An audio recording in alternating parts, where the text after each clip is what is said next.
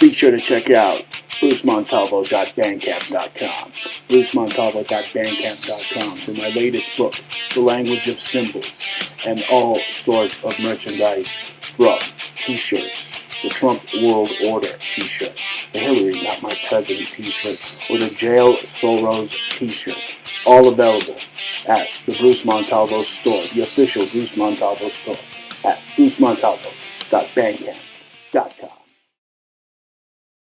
TalkStream Live introduces our first ever iPhone application, Mobile Talk Radio. Imagine having the freedom to take live talk radio with you anywhere you go. You'll be surprised how easy it is to use. So I think what's going on here is that Obama is banking on unemployment falling. Listen to live talk shows 24 hours a day, 7 days a week.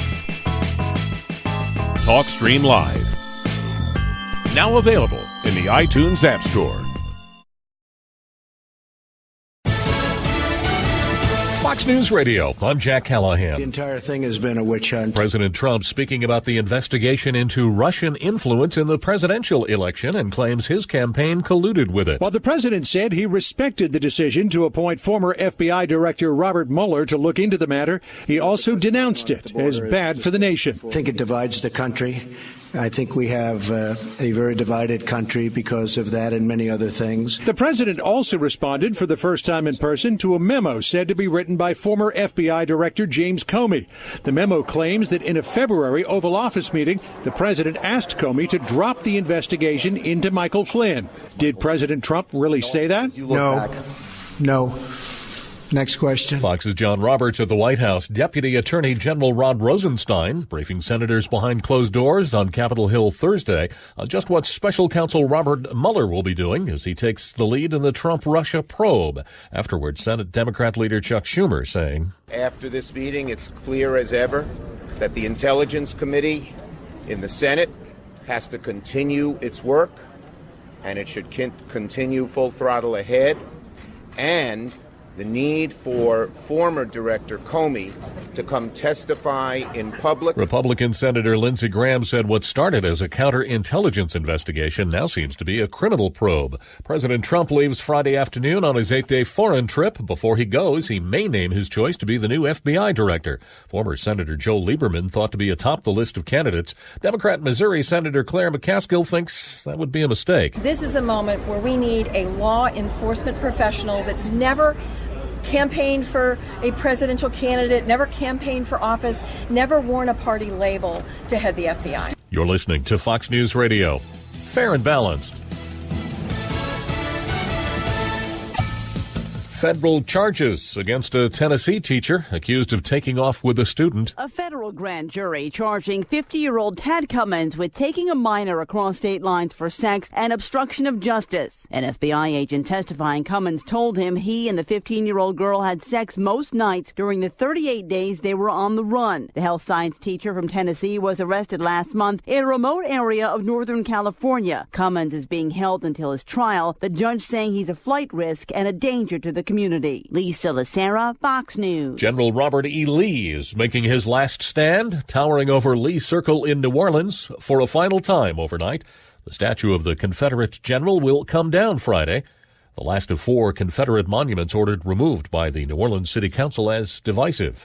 Extra security still posted around Times Square in New York City after a driver plowed his car into a crowd of people at lunchtime. We heard a big crash. We turned around. We saw people running from the scene. We went running back, and we saw people laying on the sidewalk.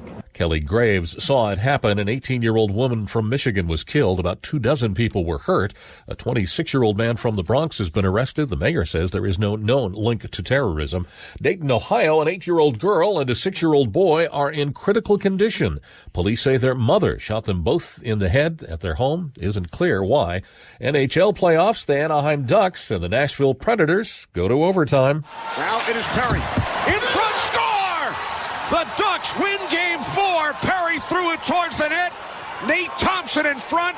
Anaheim wins it 3-2. The call on NBC Sports with the win. The Ducks tie the Western Division Finals at 2 games apiece. Asian stocks mixed in Friday trading. Dow futures are trending lower after the Dow added 56 points on Thursday. I'm Jack Callahan, Fox News Radio. Oh yeah, if you want to support Bruce Montalvo and all the Montalvo maniacs, yeah, be sure to go to paypal.com, yeah, and type in the Bruce Montalvo Show at gmail.com, yeah. And you can give Montalvo a $5 donation, $25 donation, even 25 cents, yeah, helps in the fight against the New World Order. Support the Bruce Montalvo Show. Go to paypal.com, the Bruce Montalvo Show at gmail.com, and help out the Montalvo maniacs, yeah.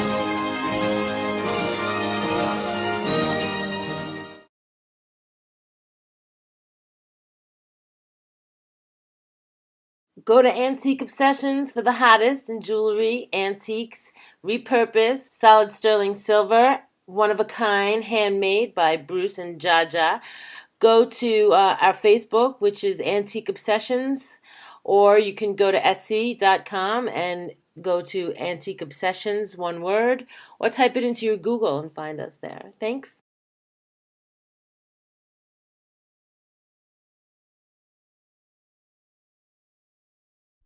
Tribal, primitive, rustic, Burning Man, punk rock. Conceptual subculture for the edgiest, most cutting-edge designs of jewelry today. Go to Etsy.com/shop/conceptual subculture, or one word, either by going to Google or search Etsy, ETSY.com, and type in one word, conceptual subculture. You will find the hottest designs using natural stones with wire wrap rings, rough, raw, genuine, semi-precious gemstone jewelry, solid sterling silver, copper, leather, orgonite, bracelets, pendants, chokers, men's copper cups with sterling accents, eco-friendly, repurposed, original, one-of-a-kind design earrings. Support MBM by going to Conceptual Subculture on Etsy. Be sure to use our 40% off coupon, BRUCE40, at checkout to receive this fabulous offer. Warning, warning, everything I say is fucking crazy and should not be reinterpreted or reenacted because you will be either shot or NDAA'd. Warning.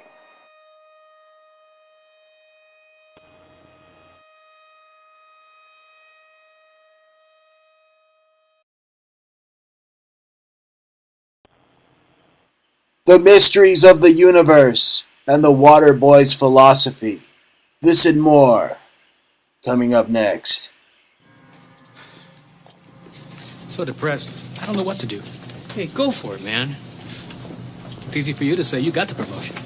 Look, it'll come, all right? Just don't worry about it. The feeling is definitely there. It's a new morning in America. Fresh, vital. The old cynicism is gone. We have faith in our leaders.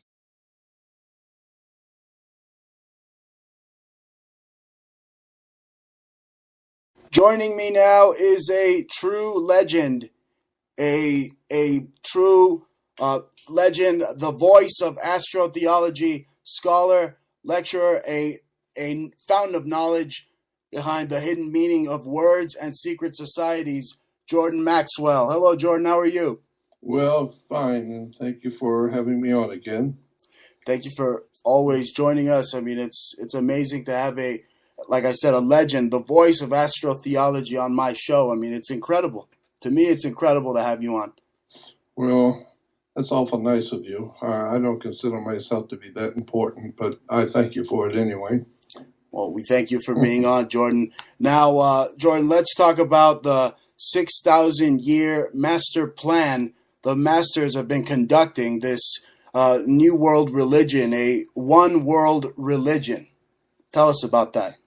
Well, I think it's been talked about so much that there's not much I can add to it. The mere fact that there's some sort of a dark movement on the earth, some sort of a dark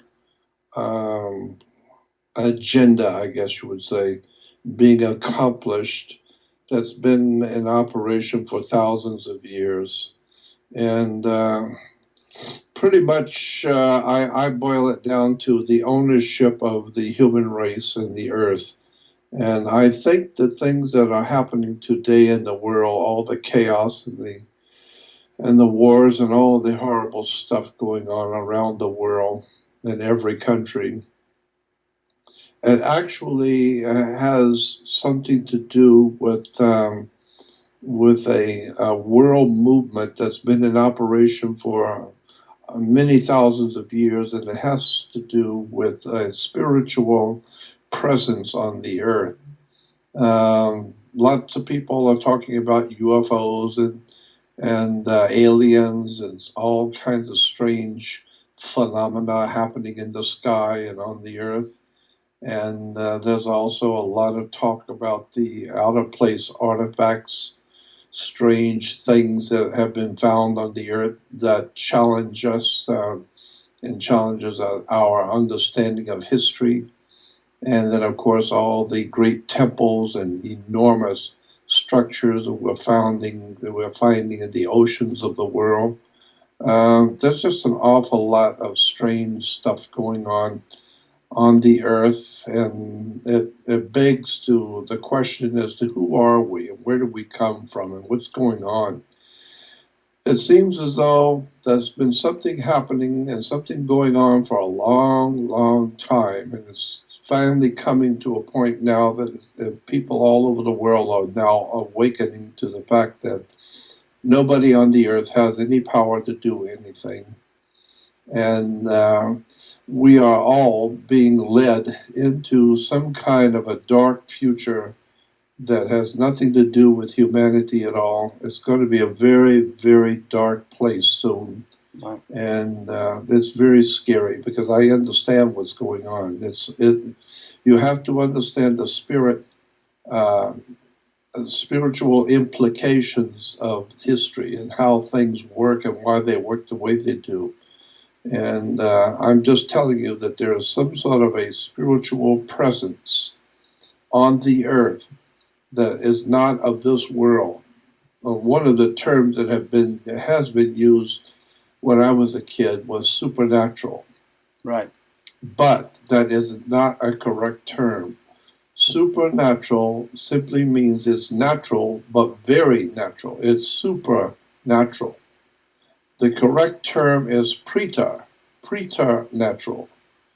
P-R-E-T-A, preternatural. Preternatural means not of this world, not of this world, and not of this life that we live here. So I think that there is a preternatural presence on the earth that is guiding the whole human race for thousands of years, and now, of course, it's giving us. They've been giving us this dark presence has been giving us technology in the last couple of 100 years, preparing the human race for something which is coming, and I don't know what they have in mind, but whatever it is, it's not good. Jordan, have you heard of the Greada Treaty? Because that's a treaty where apparently the supernatural, these entities, yes, they gave the U.S. Weaponry in exchange to experiment on on mankind. Oh yes, yeah. We've known that for a long time during Eisenhower. Yeah, well, it goes back even further, back to pre-communist Russia, back in the 1890s to 1900.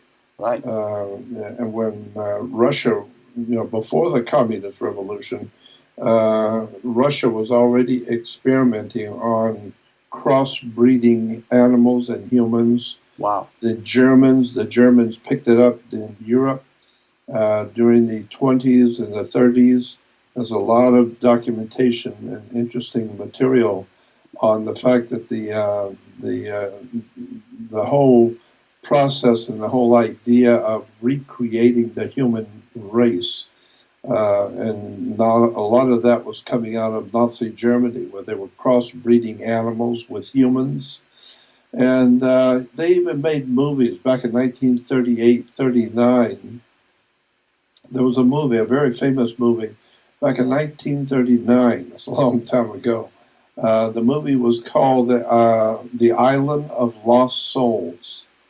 I think it was Charles Laughton was the star in the movie. The Island of Lost Souls. Then in 1965, Burt Lancaster remade the movie, and it was called The Island of Dr. Moreau. Right. And then the last and final film that Marlon Brando did, the last movie he made before he passed away, was called The Island of Dr. Moreau. And in that, which goes all the way back to the 1938 movie, which goes all the way back to the turn of the century. Right. The idea was that scientists were crossbreeding animals with humans. Oh my And the God. idea, generally speaking, was to be able to create a human creation which would have the dexterity to work and Right. use tools. A superhuman. I mean, Say it again? A superhuman. Yeah, They weren't just exactly. shooting. They weren't just shooting USSR space monkeys into space. I mean, they wanted to make a superhuman. The same with the Nazis, right? And they were reverse Of course, engineering absolutely. That's exactly humanity. right. And so now then we have television shows called The $6 Million Man, and then from there we've got all these new movies like the sci-fi movies about the crossbreeding of aliens with humans. So I'm sure there's something like that has been going on for a long time.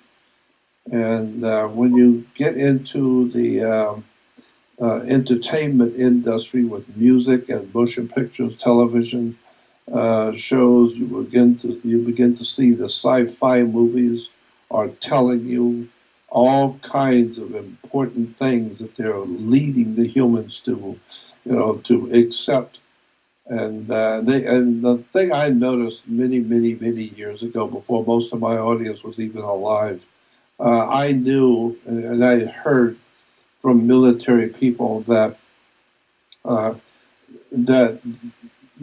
the government and the universities that are financed by the U.S. government, these universities are doing these crossbreeding projects, animals and humans, etc. There will be a lot of people who will not want that to happen, and who will see the danger and start, talking about that they're doing something they shouldn't be doing, messing with the human race. But the government and the schools will just say, well, we're just experimenting, to help save lives with the diseases and all the terrible diseases that mankind has. So we're just trying to help the human family. Well, that of course is bullshit. Everybody knows it, and because we knew that way before the universities in America were doing that kind of research and development. We know that the Nazis were doing it, and the pre-Russian Revolution were doing it. It's been going on for a long time. And they gave the knowledge to DARPA, who's doing it today with the chimeras. Absolutely. I mean, this that you speak of, Jordan, could very well be the origins of. People are going to laugh, but Sasquatch. This humanity. That's exactly right. Yes. I think that probably what we call Sasquatch, or the abominable snowman, or Yetis, or whatever they want to call these creatures. I have had my own feeling about those creatures. For one thing, I know that these creatures do, in point of fact, exist, because I have my own impersonal brush with one. Oh, my God. So I know they exist because I was there. And that was it wasn't Harry and the Hendersons, was it? Say it again? It wasn't Harry and the Hendersons, right? No. No, this was a very scary event in my life. It was very frightening. I could imagine. There were two other boys my age. We were 19 years old. I was 19, and I think One of them was 19, and his brother was 20 years old, and this was back in 1959. Wow. And we were working at the same place. It's just the three of us. We all worked together in this shop. And the owner was from Germany, a really nice German guy, very nice and very generous. And he said to us one day, he said, well, he was going back to Europe for a month of vacation. So that means we're out of a job for a month. And so that night that was on a Friday night, and he said, so you guys have to take off for a month because I'm going to be gone, but I'm going to pay all of you. I'm going to pay all three of you, your regular salary for a month. And so he gave us cash, all three of us, for the whole month. And so, naturally, you got three 19 and 20-year-olds. We decided, what are we going to do? I mean, we got so much money now. We got cash. Money to burn. Yeah, and so it was decided that we would pack up. One guy had a new car, so we decided to pack up the new car and go up into the wilderness for a month. Just go away, and I do mean way out in the middle of nowhere, and spend a month in the wilds. And so we drove from Los Angeles up to Olympia, Washington. Wow. And then in Olympia, we finally stopped. We went to the Olympia Brewing and the beer, where they're making the beer. And then we went to the markets. And we filled up the car, and on the top of the car and the trunk, we filled up the car with food and beer and all kinds of foods and drinks, etc. And then we drove about an hour to an hour and a half outside of Olympia, Washington, into the mountains. And we went way up into the mountains until finally we found a dirt road, and we took off the highway and went up this dirt road for about maybe an hour's drive. And we came to a dead end, where a dead end was at a river. And that area was so incredibly beautiful, absolutely gorgeous. Snow-capped mountains, a beautiful river, and it was like a little small beach. So we decided to set up camp there, which we did. But the three of us, I guess all three of us together, were not thinking at all because we were too young. Right. We were too inexperienced. But when you are that far out, an hour and a half drive from a little town, which was another hour and a half from Olympia, you are really out into the wilds, in the middle of nowhere. Yeah, but it never occurred to us that when we set up camp that night, we were drinking beer and enjoying ourselves, and never thinking about the possibility that there were bears, that there are mountain lions, there are all kinds of creatures out there that that we might have to deal with. Yeah. And so after a couple of nights, we didn't have any problems. But after a couple of nights, one night we decided to go to bed early, and so we were sleeping in sleeping bags next to the car. We backed the car up, aiming back toward the highway there at the river's edge. And so we would sleep next to the car. And so the oldest one was the driver, and he was sleeping on the ground next to the car on the driver's side. And then his brother was sleeping on the ground with the sleeping bag on the passenger side, and I was sleeping next to him and my sleeping bag. And so about, I don't know, in the middle of the night, about 3 or 4 o'clock in the morning, we were sound asleep, and I heard a heavy crackling of leaves and branches. Something was very close. It was And as it moved, it was smashing the branches and leaves, Wow. and I could hear it. I didn't move at all, but it frightened me because it finally dawned on me. This could be a bear, and if it is, I'm not armed. We did have a gun, but it was, the driver was on the other side. He had the pistol. Right, he was asleep. Yeah, but the point is that I didn't know what it was, so I laid very quiet, didn't move, and I heard again just a few moments later. I heard another foot move, just one foot, one movement. And I lay quiet, and then I waited for a few moments, and then another movement. So I knew it wasn't a bear because a bear is not going to 1 foot at a time. Right. And so I knew it wasn't a bear. But then my mind started thinking, what is it that is so heavy? It's crushing leaves and branches and everything so heavy. You could feel it was heavy. And so I moved, and when I moved to look up, it stopped. And I then punched my friend next to me and told him, we've got company. Something's right here. And it was only about, I'd say maybe 25 feet from where we were sleeping is the bush, the forest. And so he leaned under the car and punched his brother, woke him up, and told him something is right here, about 20, 25 feet from us. There's something in the bush. And so that was Roy. And so Roy opened up the door on the driver's side and reached in and got the pistol. And then he got ready with it. And then he reached up and turned on, he's laying on the ground, but he reached up and turned on the lights.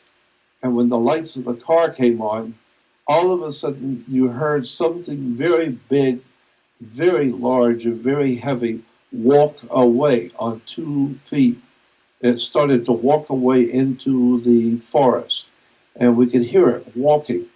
Wow. And obviously it wasn't a bear, it wasn't cats. This was, whatever it was on 2 feet, and it was walking away, and you could hear it smashing the leaves and branches as it walked away. And so there was no doubt in our minds that we just came real close to seeing and meeting a Bigfoot. Right. And so I know they exist because I was there. We heard it, and that was really a scary experience that night. I could imagine. I mean, I was in Yosemite, and a bear, a baby bear, was like 6 or 7 feet away from me, and I was drinking, and I could still tell it was a bear. So, I don't know what I would do if it was a chimera, humanzi, Yeti. I would probably just like a deer in headlights. And like you did. We had some other really, really dangerous and scary things happen to us when we were up there in Washington State, up in the mountains. We didn't realize when we first got there because it was so incredibly beautiful, right, and so quiet and peaceful, away from civilization. Never thinking, it's peaceful and quiet here, but if a bear comes in tonight, or a mountain lion, a 200 and 300 pound mountain lion, let alone a government engineered man ape. How are you going to be prepared for that, Jordan? Yeah. So, anyway, it's then unbelievable. You're going to have a second thought about how smart this was to do this. So yeah, we had other experiences, but all of my experiences in my life have taught me, over the years, has taught me that there is a world unseen around us. Yes. There's an unseen world. We call it an occult world because the word occult simply means hidden, and everything that seems to be of any importance has been hidden from all of us. And once you begin to open your eyes and see the dark world of hidden things which are happening around the world, right, you begin to find out this is a very, very scary planet. And like you say, Jordan, people have to do their homework. I mean, if you go back to the ancient Sumerians or the Mesopotamians, you see these half man, half hawk in the Egyptian, or you see these half man, half bird, in what is now considered, the Persian, the Mesopotamian, Syrian areas. All these artifacts, they depict another breed of man. I mean, we mentioned it. We went over Genesis and that quote where the sons of man and the daughters of, well, it was the sons of God and the daughters of man. So we went over that. So we know that they're in our own DNA. We have the DNA of the gods. No doubt about it. And when we also know that there are life forms on this earth right now that we have no idea where they've come from, or what and what we can do about them. But we live with them. They are here on the earth. There is also a whole world of invisible life. Invisible life. We call them spirits. Yeah. There are many names for the spirit worlds. Some people call them poltergeists, others demons, devils, angels. Or the Arabs call them jinn. Yeah, and ghosts, and there's all kinds of names for this phenomenon of intelligent life that you can't see it. And so in the religions of the world, in Christianity, it talks about demons and devils and poltergeists and evil spirits. Well, there is no doubt in my mind whatsoever. There is something to that. It's a very interesting when you start studying demonology, devil worship. There is something legitimately there. There is something very legitimate about demonology, devil worship. All you have to do is to go to places like Haiti and watch the demonic depravity going on when people are taken over by demons or by unseen spirits. Right, the voodoo. Yep. And how that correlates with the Catholic. Then when you begin to understand how our world works, how the elite of this world, the guys at the top of the world, have made pacts with the devil. Oh my God, there's so many people have come out and talked about on television how they're famous musicians, famous entertainers, and they talk about how they have made an actual contract and a pact with the devil to be famous. And the crazy and the scary part about that is that I don't care what you think about the idea of making a pact with the devil. A lot of people who are absolutely stupid who will tell you that's a bunch of bull. But the problem is that the one thing I see in that subject of making a pact with the devil is that it works. It works very good. It works perfectly well. Well, it's the crossroads magic. That's what other people don't know. That's exactly right. It's frightening. Crossroads magic. And I mean that is what they deem the keys to success, right? That's exactly what I'm saying. That's precisely right. And some of the people that what was their names? Hold on. Like Bob Dylan. Bob Dylan was on 60 Minutes a few years ago and being interviewed, and the narrator asked him, was talking to him about his success in life, and Bob Dylan said that he made a deal many years ago to become famous, and he had no talent and wasn't going anywhere, but he wanted to be famous and he wanted to be a musician, so he made a deal, he said. And the guy on 60 Minutes asked him, are you talking about making a deal with the devil? He said, well, I'm just making a deal with the God who controls this world. Wow. You know, the Jordan, unseen one, and I made a deal with him. you know, you gotta make a deal with the devil when you sound like this. Well, yeah, but I'm talking about, you know, it's not just Bob Dylan, Ozzy Osbourne, Yes. Jay-Z, and Keith Richards was on a television show one night being interviewed, and he's one of the guitarists with the Rolling Stones. And the guy asked him, so what's going on with you? And he said, well, I'm trying to eat right and get my health back and stay as healthy as I can. And the guy said, well, that doesn't sound like a rock artist I know. And he said, well, I got a reason. I need to stay healthy and stay alive as long as I can. Right. And the guy said, why? And he said, well, I made a deal with the other world. And when I leave this world, I've got to pay for that deal because the deal gave me what I wanted. But when I leave this world, I'm going to have to, I'm going to have to finish my part of the deal. Scary. And I made a deal with my life and my spirit. And so when you hear all of these important people and successful musicians and people talking about making a deal with the devil, I'm telling you, there is something to that. It actually works. And you can't get any better than that when something as crazy it may sound, but it works. You know, it may work, Jordan, but in the end, I mean, you gain the whole world, but you lose your soul, right? That's it. Mm-hmm. And that's what it was talking about. Because when you make a deal with the dark side, with the devil, so to speak, yes. And devil is simply a word. I've said this so many times. Devil is simply putting the letter D, as in David, a letter D in front of the word evil. Yes. And it becomes devil. And of course, take one of the O's out of good, and it becomes God. So God is good and the devil is evil. But having said that, in religion is one thing. But there is an actual point of fact. Something very, very evil is in place on the earth. And most humans are not aware of it. No.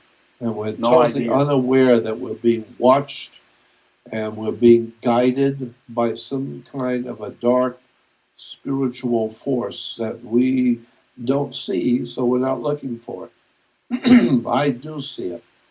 This is why the scripture said, as Jesus said, you look with your eyes, but you don't see. And you listen with your ears, but you don't hear. And with your heart, you don't get the sense of it. And that is precisely where the human family is today on the earth. People don't see anything. All they know is they're watching television, watching the ball game, and doing whatever little thing they're doing with their life. But they have no idea in the world what actually is going on the planet Earth and where we have come from and who is here with us. Right. And the invisible world that we can't see. So I'm just saying it's a very, very evil and very frightening world when you really begin to understand, what the situation is, and now where we are as humans right now in the time in which we're living. Yes. With the world, poised, getting ready to blow up. Oh yes. Well, like I said, Jordan, the evil that's going on. It's evil, but it's very, very scary. It's the culmination of this 6,000-year master plan, coinciding into this new world religion, this one world religion, and all those satanic artists that we mentioned. I mean, of course, yeah. they can criticize Judaism, they can criticize Christianity, but don't you dare criticize Islam, right? That's right. That's it. You can't do that because Islam is totally, in my humble opinion, I've been looking at this for some 56 years. Like I said so many times before, yeah. I'm looking at these subjects longer than most of the people in the audience have even been alive.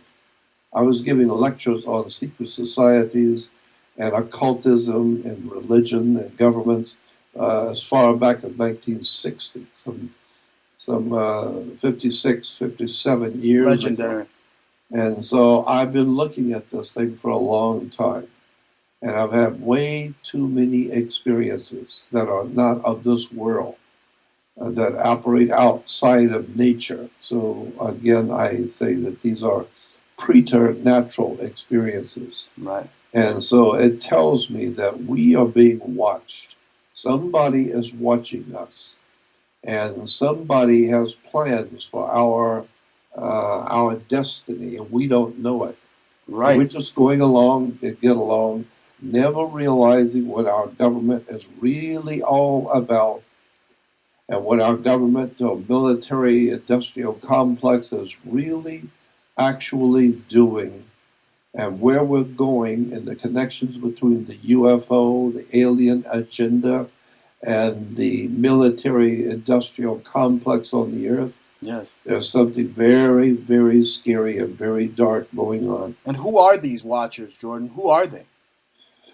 Well, that's a very important question, and I am sure I've heard too many people on the inside of government, highly placed people on the inside of government, have said to me, there's not one, there's quite a few different, quite a few different species of alien life forms that are here on the earth. Phil Corso, I think he was a colonel in the Army at the time under Eisenhower and Truman.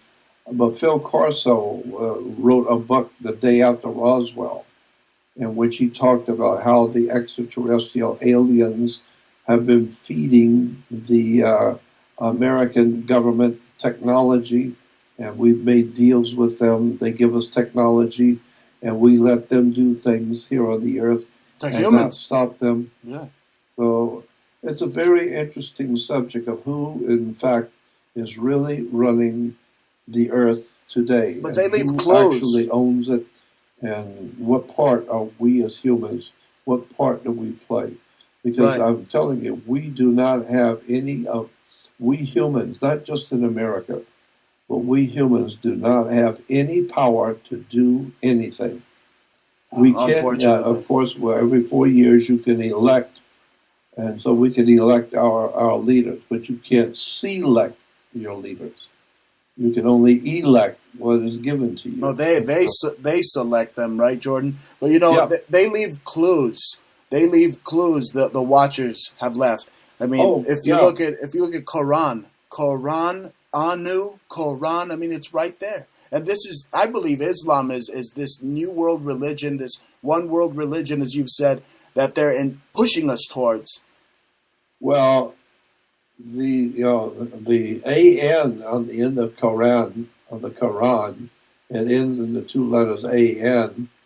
It connects that book and that philosophy in the book to the God An, yes, or Anu, and that's why it's called Quran, Anunnaki, and it's a very, very serious stuff, boy. When you start seeing the connection with the words, the terms, the symbols, and what they mean, and how they're connected behind the scenes to secret societies, and then beginning to look at how countries are formed and the history of the human race, I'm just telling you, something very bad is happening on the earth, and it's now becoming overwhelming and obvious to the whole world. And eventually, the people, especially in this country, in America, are going to wake up and find out that there is definitely is, in fact, some kind of an unseen force behind world events.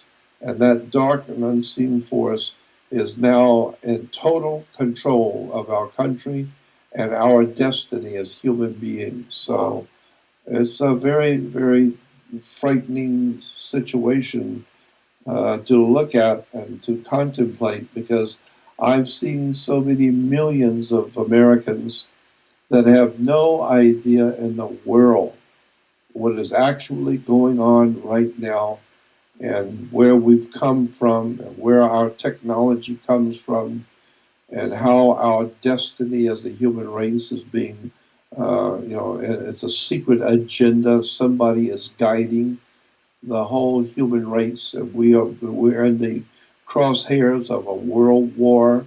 Something terrible is coming. Right. And so I hate to sound like an old man who's, curmudgeon. I'm not an old man and I'm not a curmudgeon. I am just telling you, I have been looking at the world for about 60 years of my life. And for the past 56 years, I've been studying, around the clock, studying the world of the occult in religion and science and government and the human existence on the earth. And it's a strange world we live in. Once you start opening your eyes and looking at all the dark stuff that you've never known about, it gets very, very scary. So I don't know where we're going as a human family. I don't know what's going to happen. But I do have a lot of information that I have collected over the past 50 some odd years. And a lot of documents, pictures, especially research papers, government. Plug your website, Jordan. We're on with Jordan Maxwell here on the Bruce Montalvo Show. If you want to support him, if you want to reach out and join his exclusive research society, Jordan's going to let you know how to do it. Let him Yeah, know. well, all you need to do is just go on my podcast, which is my website, actually. It's just jordanmaxwellshow.com. So if you want my material and looking for the stuff with me, it's jordanmaxwellshow.com. And when you go on my website, jordanmaxwellshow.com, you will see an advertisement to join another research website I have. It's called the Jordan Maxwell Research Society website. And you can join that, and it's a private website that you have to join. And on that website, I am uploading, or my webmaster is uploading all of my research over the years, all the documents, pictures, articles, links, audio, video, all kinds of research that I've been doing on all kinds of subjects, most of which most people have never heard of before. So if you want to really make yourself available for all of the information I'm talking about you've never seen before, then just go on my website, jordanmaxwellshow.com, and you will see a banner advertising a secret website called Jordan Maxwell Research Society, and join that. And you'll see what I mean. I've got tons of documents and free audio, videos, free ebooks, documents, research papers on so many different subjects. And I'm putting a lot on every day, and we've got a lot more coming. And so it's going to be massive. Unbelievable. I mean, I've learned so much from you. I mean, just fountains of information. And like this, for instance, I mean, the occult meaning or the occult name of Israel. I mean, I support the Jews' right to exist, being a Sephardic Jew myself. I mean, Israel being on the forefront of fighting Islamic extremists. And it was called historically Judea and Samaria. But there's a occult nature, an occult meaning that the Illuminati put on Israel. Why don't you explain that a little? Israel. What does that mean? Yeah, it's the word Israel. Well, first of all, I have to go back into history, and the history of the ancient history of ancient Israel. We're finding out now from around the world, but especially in Israel, some of the best minds in Israel today are writing. Professors and teachers are now talking about the fact that the ancient history of Israel never happened. There was no ancient Israel. There never was an ancient Israel. The Israel that we are given to understand, supposedly of ancient Israel, was actually a story developed about the 8th, 9th, and 10th century A.D. by the Knights Templars. And the Knights Templars was a Vatican military arm of the Vatican. The Vatican was using them to collect monies, to use them in military pursuits. And so the Vatican, or the Knights Templars under the leadership of the Vatican, began to develop stories which gave them legitimacy. So they needed to legitimize what the Vatican was doing.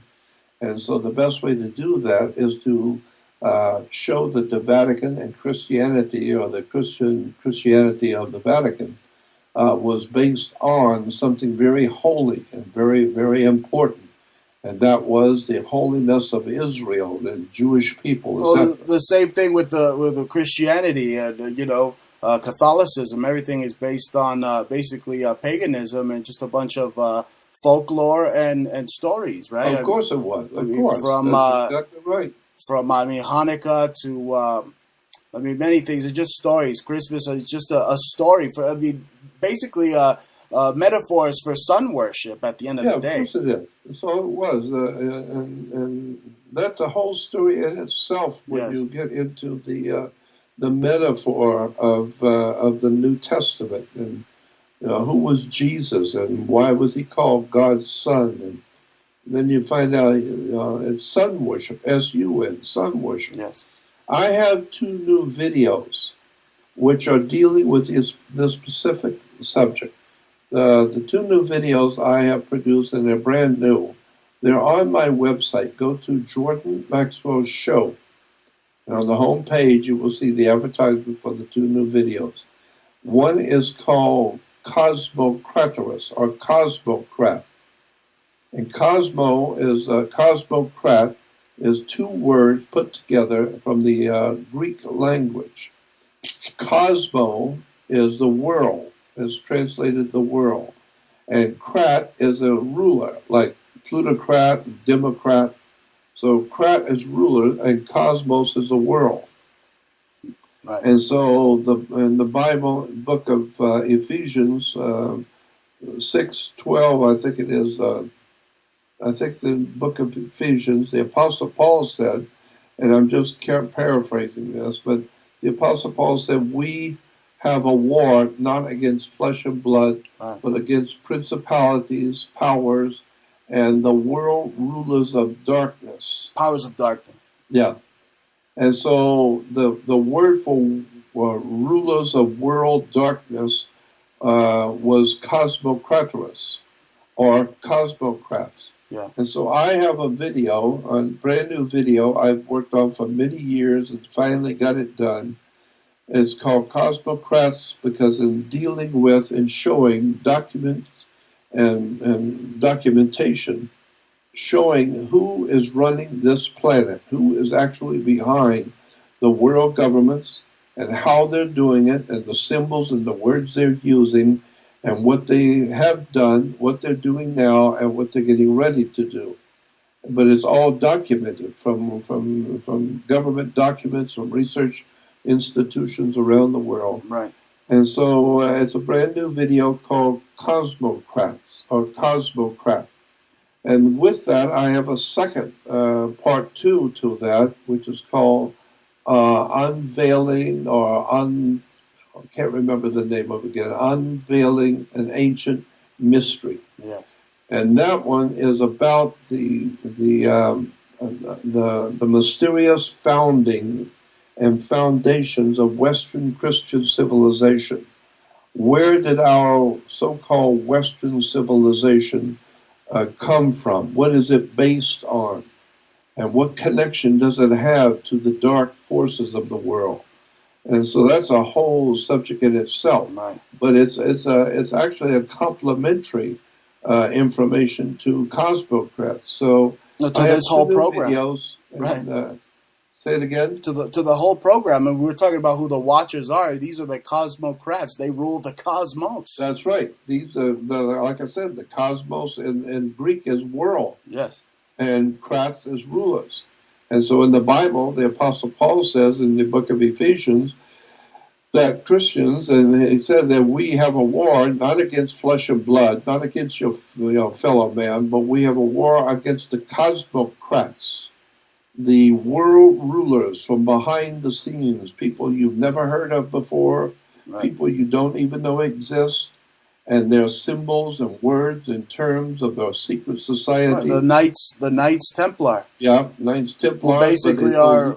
It's even bigger than that. It's part of the story, but it's a bigger story yet. Absolutely. And these Knights Templar, Jordan, I don't mean to cut you off, but they are modern day bankers. Today there are modern day bankers. The Knights Templars coming from the Catholic Church, going back to the 8th, 9th, and 10th century, in the Vatican. There was a secret society called the Order of the Temple of Solomon, or the Knights Templars. Yes. They became, today, they're still here, they're still operating, but today we refer to them as the international bankers out of London, out of New York, London, Paris, the international banking cartel that finance and rule the world from behind the scenes. But they are referred to as Knights Templars, or today they're called the international bankers of the world. And when you keep in mind that the Vatican, they came from the Vatican, so the Vatican is heavily involved in something very, very dark. The Vatican, who is obsessed with bastardizing Jews and the Jewish people, they've been, literally going after Jews since the beginning of time. Yeah, well, I've said that so many times that when you hear people talking about the Jewish involvement in world conspiracy, I am saying you need to go back and look at this subject all over again, because you're looking in the wrong place. You should go look in Bavaria. I mean, you see how the Illuminati, the occult, they ISIS, Amun-Re, and then El, and they attribute that to. They literally took over that little strip of land that's Israel, like New Jersey. It's not for the Jewish people. No, I know, but see, if you go back into history, way back into the ancient Egyptians, we know the ancient Egyptians existed, but there was no ancient Israel. But the ancient Egyptians, many thousands of years ago, they had the worship of a female goddess named Isis. Yeah. Isis. And then later on, Pharaoh Akhenaten, or one of the pharaohs at that time, came in and did away with the worship of Isis, the feminine, and got rid of the feminine aspect of religion in Egypt, and then made it into a masculine religion. And the new religion was called the worship of the Amun-Re, Amun-Ra, R-A, Ra, which is the sun. And so the sun god's name was Amen, A-M-E-N hyphen R-A, Amun-Re, or Amen-Ra. And so today when Christians are praying to God's Son, the light of the world, well, of course the sun is the light of the world. Well, the sun was called Amen-Ra. And so today, when Christians are praying to God's Son, they always end the prayer by saying Amen. And that goes back to the Egyptian god Amen-Ra. But so now we've got the Egyptian god Ra, which is R-A. We put a Y onto it today, and we call it Sun Ray. No, it's R-A, Ra. Then when the Hyksos people had wars in Egypt, they had come into Egypt illegally, and eventually there was a war broke out. The Egyptians had had enough of the Hyksos people who had come across illegally into their country, and they chased them out, and there were wars with the Hyksos people. And the Hyksos went north into what we call today Palestine.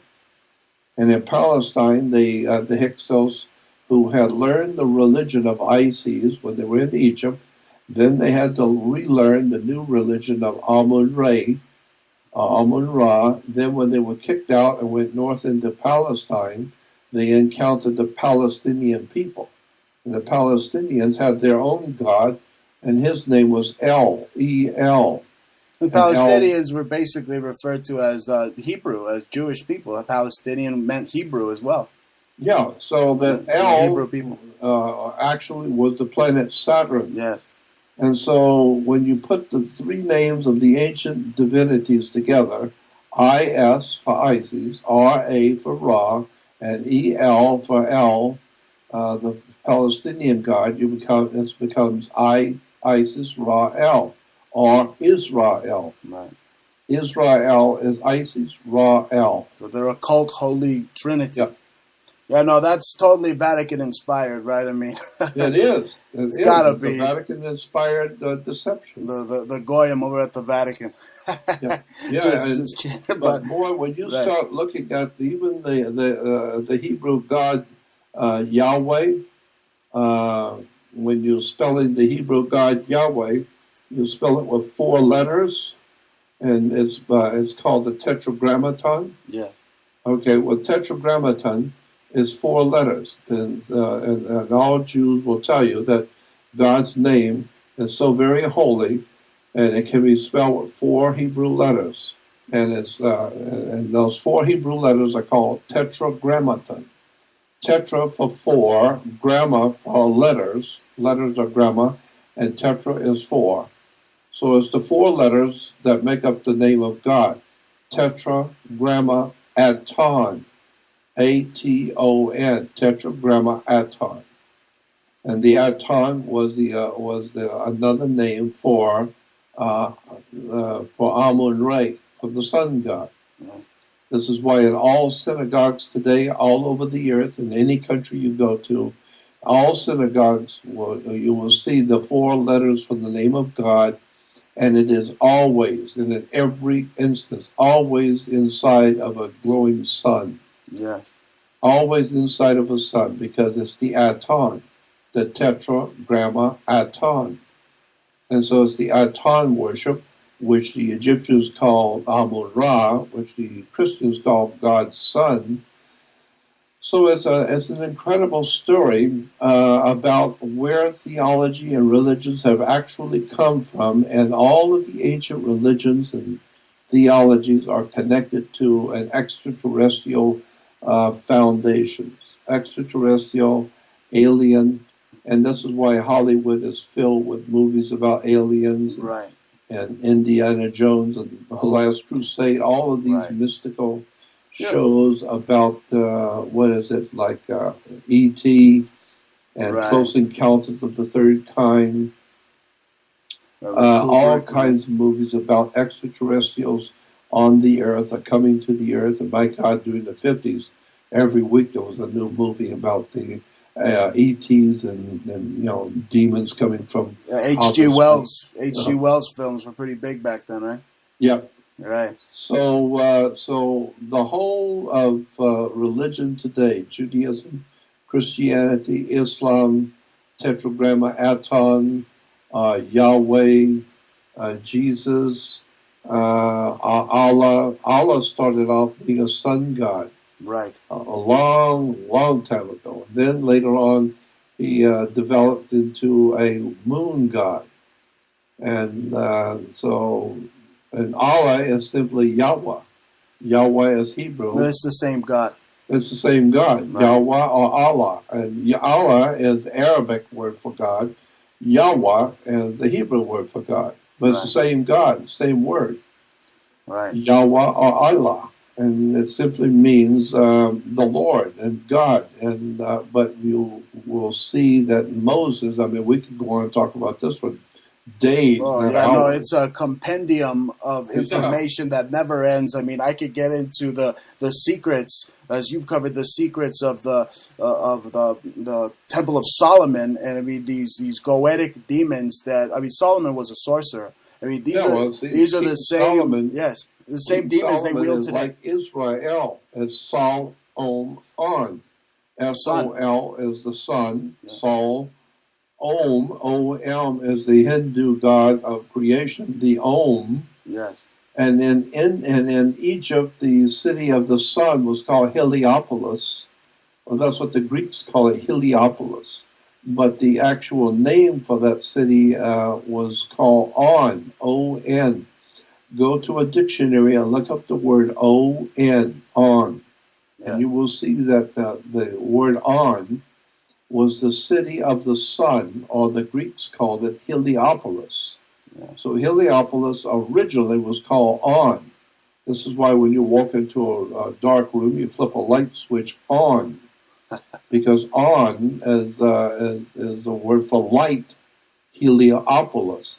Helios, when Greek, was the sun, so it's the city of sun worship. Right, and since we got out of the gate as a species, Jordan, I mean humanity, there's been reptilian symbolism all over us, all over humanity, everywhere you look. You know what baffles me is the medical emblem. I mean, I go to a doctor and I expect them to get me better, but why are there snakes on the medical emblem? I mean, that's venomous, right? I mean, right away it gives me like my spider sense, just like red flags when I see these symbols, Jordan. Yeah, I know. Me too. But the thing is, I've been looking at these symbols as far back as 1959, 56 years ago. Yeah. I've been looking at this stuff for over 56 years. And again, I say it because it's important from my viewpoint. I'm looking at a subject that most people haven't spent 56 minutes on. Exactly. And I've spent my whole life looking at it. But most people are not interested to hear the real truth. Because the real truth is very, very hurtful, and people don't want to have to face the fact that they've been wrong and been supporting something that they didn't understand. And so I think it's incredible that you, at your young age, and others like you at your age, are waking up. Because I'm telling you, I've often thought about this, that what would it be like if you were 90 years old in an old folks home and all your friends have passed away and you happen to be 90 years old and you're sitting in the old folks home by yourself and your family's gone, everyone's gone, and then you find out how much in this world you never knew. All of the wondrous knowledge and wisdom and ancient secrets of the world, you never knew any of it. You just spent your whole life believing what somebody else told you, believing what your preacher told you, what your rabbis told you, what your holy men told you, what your books read, but never realized for a moment what the world was really all about, and all the things you could have known, all the things you could have learned. And now at 90 years old, you have no idea in the world about any of it, and you're going to leave the world and never knew why you were even here. That'd be sad. Incredibly sad. Tragic. So that's why I'm saying it would be absolutely tragic how you have wasted your life believing things which you were told to believe. Right. People around you. You went to the church, you went to the synagogue, you went to the mosque, or I don't care what you're going to. Why? Well, because all of your friends go there. Yeah, but all of your friends collectively together only got an IQ of 30. And you've devoted your whole life to something because your friends went there. Right. And now you find out your friends are all dead and they're all gone, and all this stuff that they were telling you was a bunch of lies and fabrications and stupidity. And now all you've got left is sitting in an old folks' home at 90 years old. Horrible. I don't want to imagine that, Jordan. I mean, let me tell you something. The more I study ancient religions, I mean, thanks to you, like Mithraism, the more I realize that, like you said, the secrets of the universe are right there before our eyes to attain. Okay? Been right there, you just never saw it. That's right. I mean, the universe is so vast, and like we know it'd be foolish for us to believe that we're alone in this cosmos. But the more I look into it, I mean, it becomes like a poetic allegory. What did they do in the pre-Roman times of Mithraism? They gave them these hallucinogens. Many of these religions have been based around mind expansion or these hallucinogens. I mean, the mind expansion of drugs. They've been a part of ancient religions and ancient man since the dawn of time. Far back as you can go. Absolutely. That's why I also believe inherently. I'm trying to deal with space reptiles like a human being. And given the evidence, I see that we could very well. I mean, through our third eye, through our pineal gland. I mean, through the psychoactive effect of some of these drugs. I mean, we could very well manifest some of these reptile beings within ourselves also. Well, look at in the medical profession. You can look up in the encyclopedia. Look up the word reptilian, and you will find that in the medical encyclopedias, it will tell you that in between the two lobes, lobes of the human brain, the left and the right side of the human brain, in the middle of the human brain is a small little brain. And science calls it, the medical profession calls that little brain the reptilian. Wow. And that's the actual term that's in the medical books. Is that could it be the pineal gland? This is what we're talking about, right? The reptilian? Yeah, it's right in the same area. Yeah. But it's called the reptilian. And, wow. And you've got to ask yourself, why do the doctors call that little brain between the two lobes of your brain, both sides of your brain, and in the middle there's a small one, and it's called the reptilian. That's history. I mean, that's science. Go look it up in the dictionary. Like the medulla oblongata and the alligators makes them angry. I don't want to sound like the water boy, but I mean, it makes them that's where all these anger or jealousy, hate. I mean, it comes from this reptilian, and then you hear it also in actual science, like you said, in alligators. Yeah, I know. Well, and when you get into the Old Testament of the Bible and read it, and understand what you're reading, even just in the first couple of chapters of Genesis, once you really see what's encoded there right in front of you. Let me give you an example. In the King James Version of the Bible, the King James Translating Committee were excellent translators of the King's English, but they weren't that hot on Hebrew and Greek. So they made mistakes. And so the first mistake they made is in Genesis 1:1. The very first chapter of Genesis, the very first sentence, it says, "In the beginning, God created the heavens and the earth." But that's not what it says in the original Hebrew. It doesn't say that. Because in the Hebrew language, God is El, E-L. El is God in Hebrew. Elohim, El?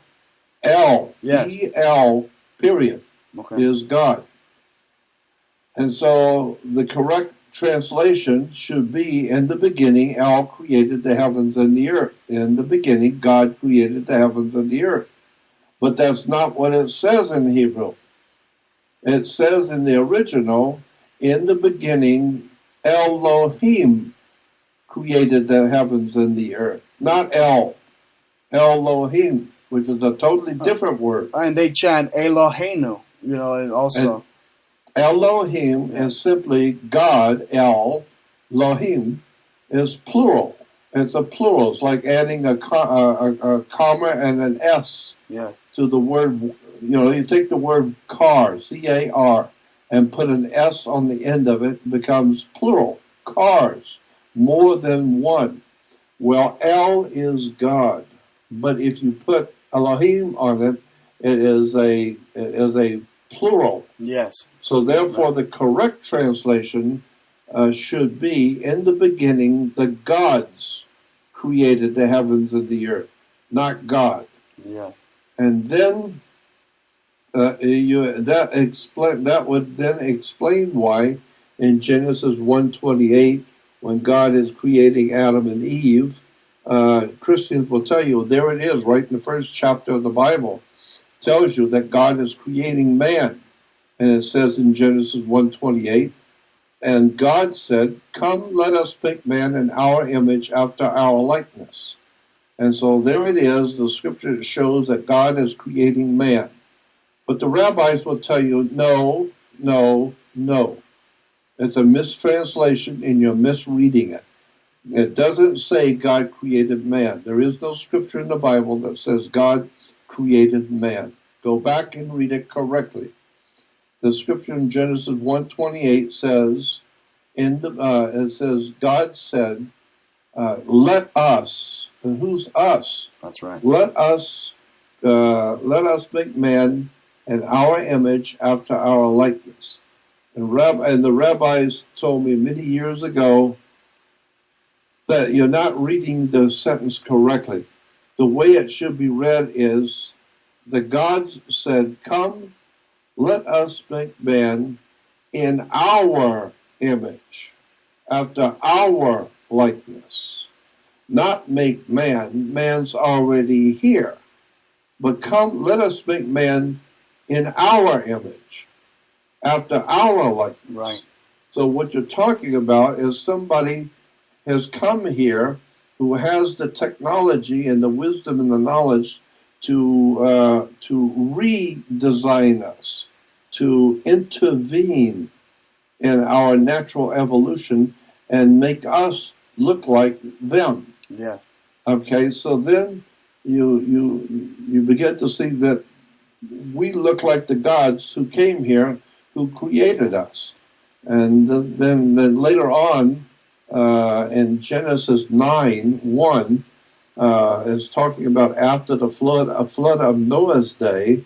The scripture in Genesis 9:1 says, God said to Noah and his sons and their wives, God says to Noah after the flood, go forth, multiply, and replenish the earth. And so I talked with the rabbis many years ago, back in the 60s, that we talked about this. And they said to me that it makes sense if God has destroyed the earth with a great flood, right, and everyone's dead and everyone's gone except those on the ark. And if God wants people on the earth, then it would make sense that Genesis 9:1, where God says to Noah, go forth, multiply, and replenish the earth. Right. I remember reading that, Jordan. But speaking of earth, I mean, or the earth being destroyed, what do you make of the flat earth theory? Well, I don't even get into that, because as far as I'm concerned, the judgment on that's too far away. I don't know. Really? No, I've heard all right. the arguments for both sides. I've heard all the stories, all the arguments. I hear you. I'm not sure. I'm not God. I'm not sure. I know, but Jordan, I've been looking at it a little bit. I'm not God either, but they had to come up with some type of excuse why people don't fall off the edge of Australia, right? And here's the thing. Here's the thing, okay?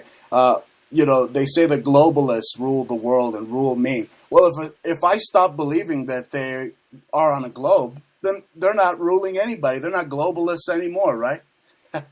Well, I know, but it's just a term.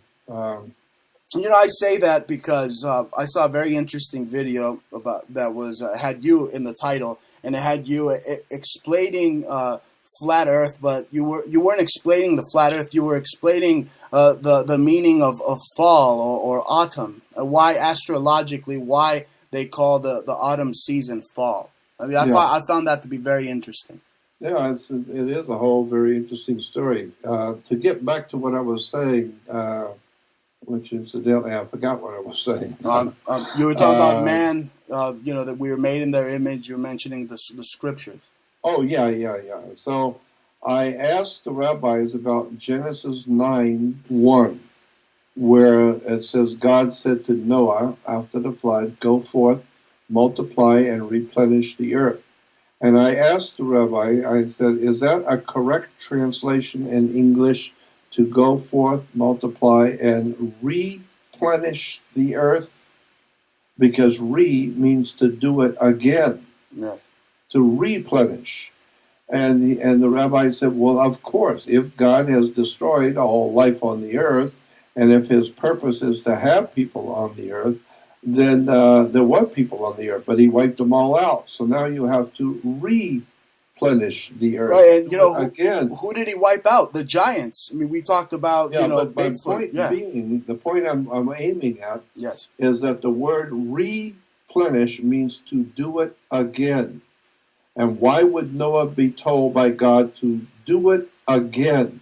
Well, because there was a lot of people on the earth before the flood. There's nobody on the earth after the flood. So if you want to have people on the earth, then you're going to, God's going to tell Noah and his sons, go forth, multiply, and replenish the earth. Because the first time they went around. My point is this: Genesis 1:28, when God is supposedly creating Adam and Eve, God says in Genesis 1:28 to Adam and Eve, go forth, multiply, and replenish the earth. Yeah. So they're telling the first couple, supposedly the first man and woman, Adam and Eve, to do again, replenish the earth. Yeah. What does that mean? Why was Adam and Eve supposed to replenish the earth? Because the powers of darkness were populating on the earth, and they wanted to redo it. Well, the point being is that there have been human life and an intelligent life like humans on this earth for billions of years. Yes. Billions with a B. Hundreds and hundreds of millions of years there's been highly intelligent life on the earth. And so the Bible in Genesis 1 is talking about our particular time of life, our particular dispensation. Yes. And so in our particular time for us, God is saying to Adam and Eve, go forth, multiply, and replenish the earth. Do it again, which implies that God has been seeing for millions and millions of years different civilizations on the earth coming and going. And there's no doubt in anybody's mind that has studied the subject that's absolutely correct. Yeah. That there's been all kinds of highly intelligent creatures on this earth for hundreds of millions of years. And so Adam and Eve is just for our particular time to go forth and replenish the earth again. So and many this is a whole subject. This is a whole subject that most people have never heard anything Jordan, about. Many people don't know that the story of Adam and Eve actually originated in ancient Mesopotamia. Yeah, I know that. Yeah, course, I know you know. And of course, it wasn't a man called Adam, Adam. No,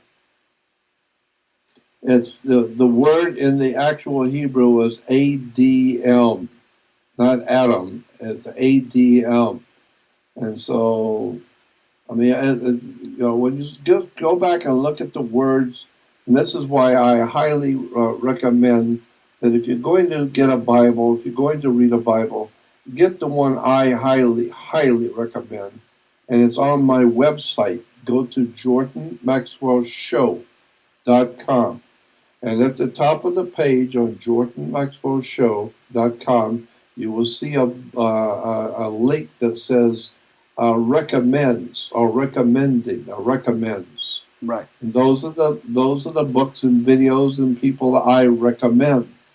And I think the fourth book on that recommend is the Kriegel Bible. It's the King James Bible, but it's called the Companion Bible.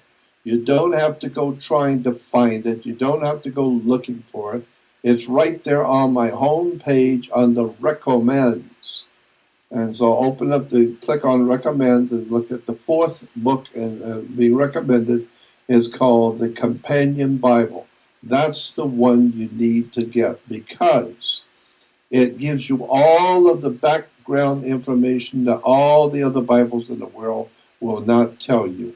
It tells you the real story of what the words actually mean, what was actually being said.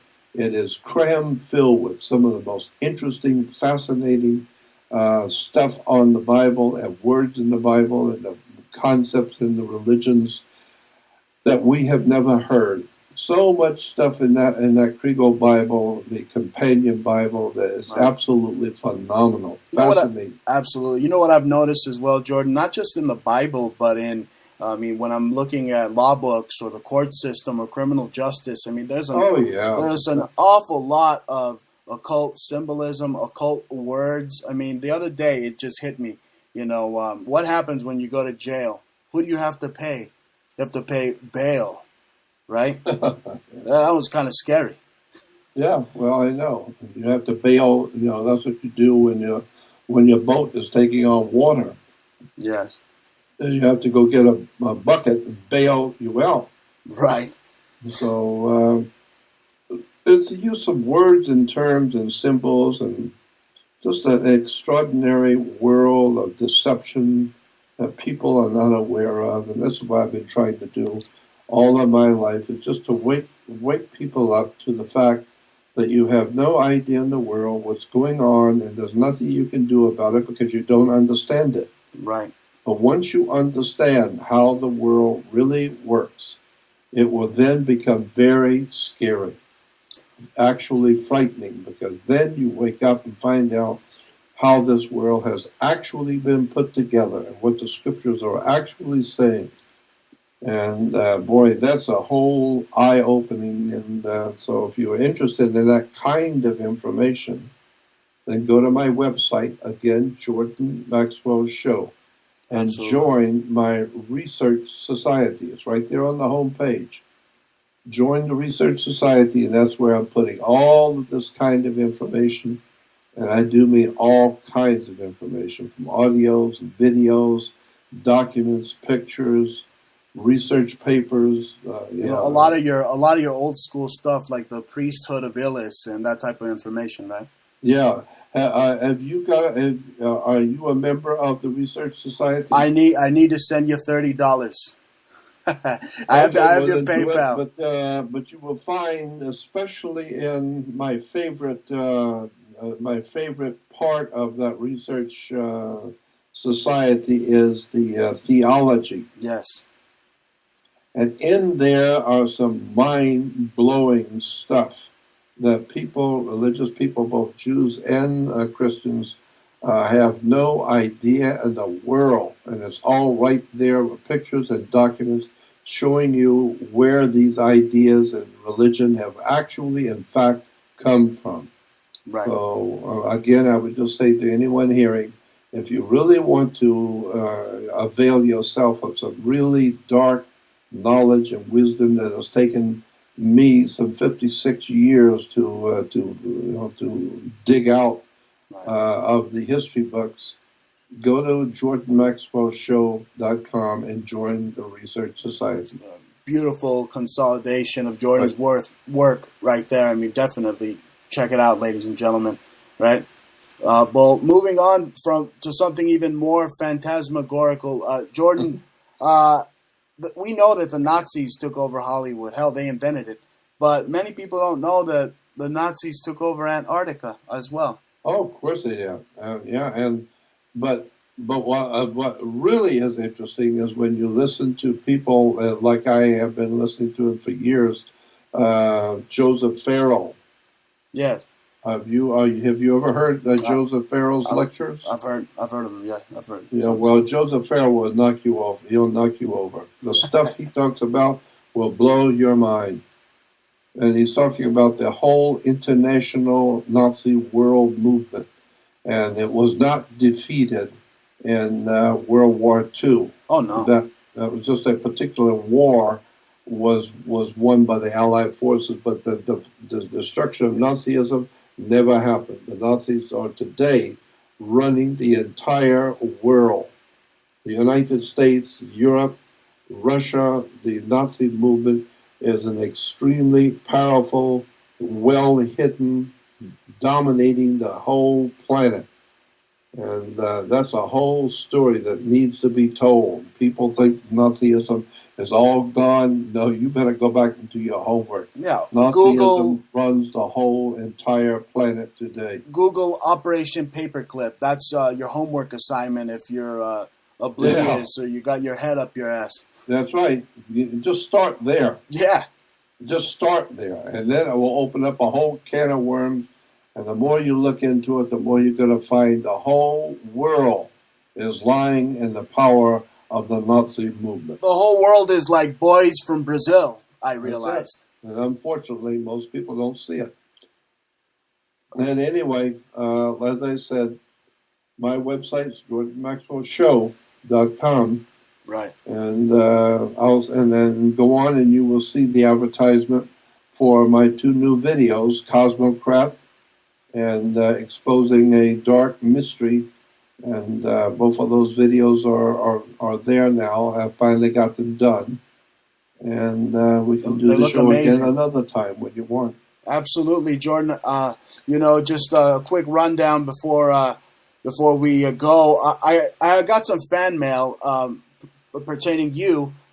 They asked me to let you know that there's someone that is trying to trademark your name. Apparently, this person, they went by and they were contacting the U.S. trademark office, and they noticed that they're trying to trademark your name. So I want to get that out to you.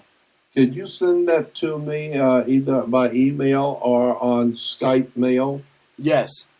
Send me whatever you got on Skype mail or email, because I'd be very happy to want to look at it. I want to see it definitely. myself. We want to make sure there's no funny business. We know in the past, there are evil people out there that are trying to steal your life's work, and I'll be damned if I sit idly by and let them do this to a great man, a great voice, a great friend, Jordan Maxwell.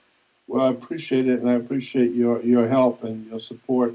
And and I'll get back to you. We'll talk later. Definitely, too. Jordan. I want to have you on next week because last time you were on, we had some technical difficulties. Unfortunately, much of that broadcast, it was aired, but it wasn't usable. But we'll definitely get into Nikola Tesla next week. Your travels in Egypt, your TV series, and so much more. Yeah. Well. It's up to you. Whenever you want, you email me. Email me is usually the best way to get a hold of me. And let me know what you want to do, and I'll get back to you. I'm always here. You got it, my friend. The great, the legendary Jordan Maxwell has joined us. Thank you, Jordan. We'll talk to you soon. Bye. Thank you. Bye-bye. Bye. That was Jordan Maxwell, ladies and gentlemen, and I'm signing out. This was a special Montalvo broadcast. You should have tuned in Friday, 9 p.m. Eastern for the big show, the big one with me and Jaja.